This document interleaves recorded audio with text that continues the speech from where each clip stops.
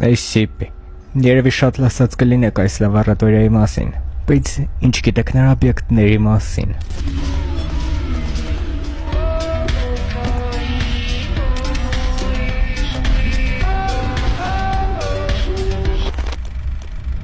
Բարեֆոլորին, այսօր մենք խոսենք SCP օբյեկտների մասին։ Միջև սկսել է լայքերը դարեք եւ բաժան օժտագրվեք ալիքին, իսկ մենք աշտեն սկսում ենք։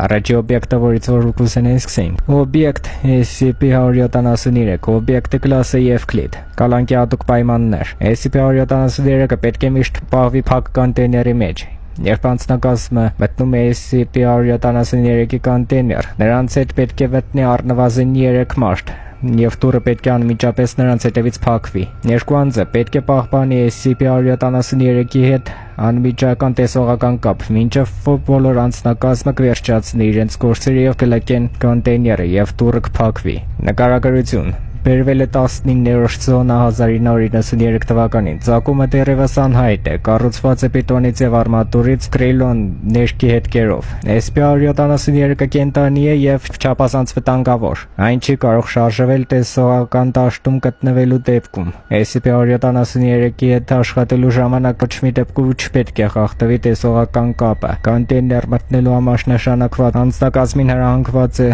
զգուշացնել միմյանց աչքերը թարթելուց առաջ։ Հաղորդվել է, որ SCP-173-ը մաշտուն ծանր վնասվածքներ է հասցնում։ Արձակվում է անձի վրա կանգի իմքում պարանոցը կոտրելով կամ խեղդամաղ անելով։ Արձակման դեպքում անձնակազմը պետք է կիրառի 4 դասի վտանգավոր առարկաներ զսպման համար։ Ինչպես նաև փորձերից հետո անձնակազմը հաղորդում է, որ կոնտեյներից լսվում են ջռոցի ձայներ եւ ոչ ոք չկա։ Սա համարվում է նորմալ եւ այս վարքագծի ցանկացած փոփոխություն պետք է անմիջապես հաղորդվի ղեկավարին։ Ինչպես նաև հայտնի է, որ օբյեկտը արտադրում է ինչ-որ նյութ, որը պետք է մակարվի յուրաքանչյուր 2 շաբաթը մեկ, պահպանելով անվտանգության կանոնները։